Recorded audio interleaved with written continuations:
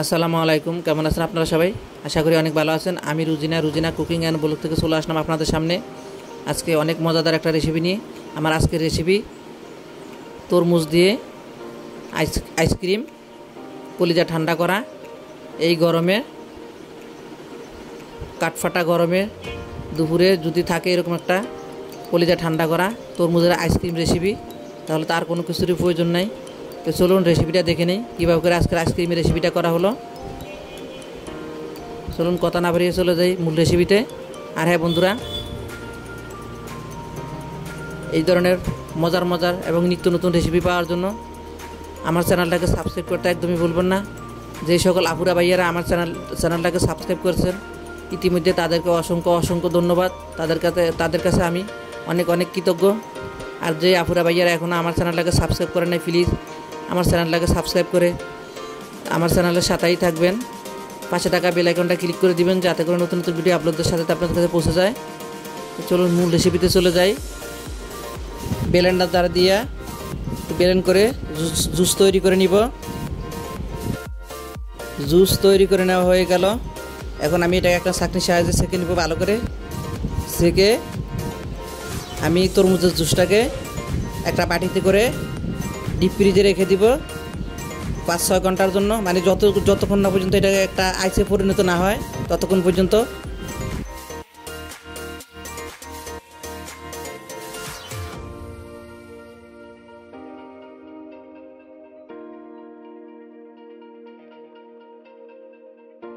এখন আমি পরের স্টেপে চলে যাব। চুলে একটা পাতিল বসাই দিলাম। পাতিলে দিয়ে দিলাম 2 কাপ দুধ। 2 কাপ দুধ থেকে আমি আধা কাপ দুধের মতো তুলে নিব এখানে আইসক্রিম পাউডার মিক্স করার জন্য। দিয়ে দিলাম 2 টেবিল চামচ চিনি। মিষ্টিটা যার স্বাদ মতো দিবেন, বেশি খেলে বেশি, কম খাইলে কম।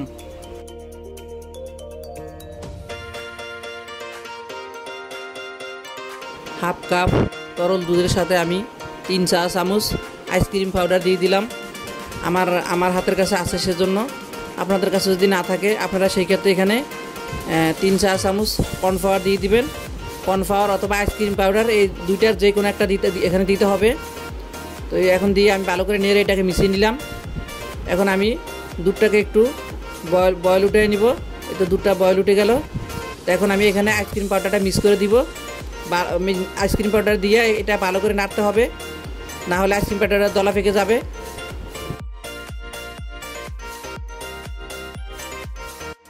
নাড়াচাড়া করতে করতে এক পর্যায়ে এটা এরকম ঘন হয়ে যাবে। তো এটা যখন একদম ঘন হয়ে এরকম হবে, মানে একবারে ফোটা উঠবে, তখন এটাকে নামিয়ে ফেলতে হবে চুলা থেকে। তো নামিয়ে এটাকে আমি ঠান্ডা করে নিব।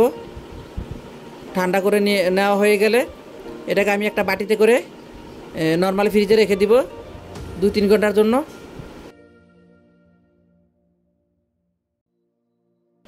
এদিকে আমি একটা বাটিতে আমি এখানে হুইপিং ক্রিম নিছি। এই ক্রিমটা আমরা কেকে ব্যবহার করি।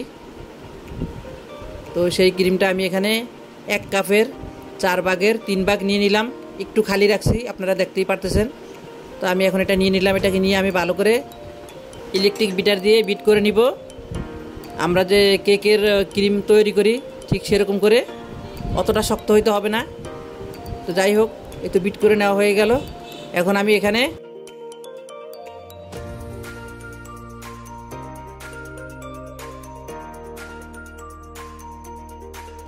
যে দুধ দিয়ে আইসক্রিমের পাউডার একটা মিশ্রণ তৈরি করে রাখলাম, এখন এই তো সেটাও অনেক মানে ভালোভাবে ঠান্ডা হয়েছে। এটা পরে 2.5 থেকে 3 ঘন্টা ফ্রিজে ছিল। তো এখন এটাকে আমি অল্প করে দিয়ে এভাবে করে বিট করে নিব। তারপরে এটা বিট করে নেওয়া হয়ে গেলে এখন আমি এখানে দিয়ে দিব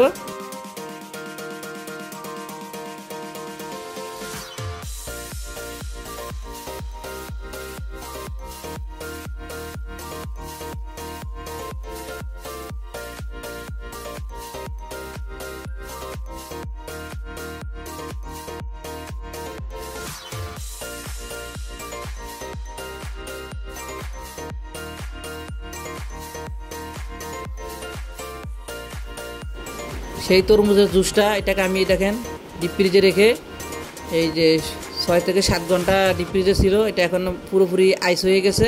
তো এটাকে আমি একটু একটু করে মানে ভেঙে ভেঙে নিছি যাতে করে আমার বিট করতে সুবিধা হয়।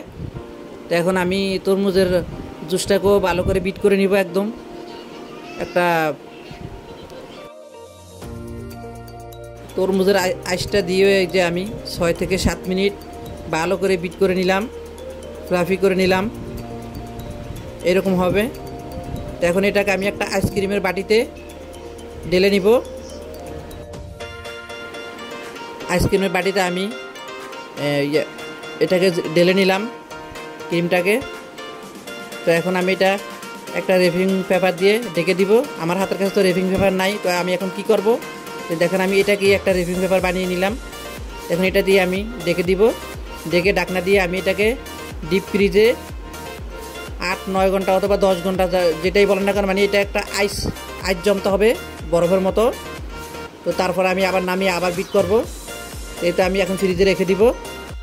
ফিরে আসলাম 8 ঘন্টা পরে। এখন আমি আইসক্রিমটাকে ফ্রিজ থেকে নামিয়ে নিছি।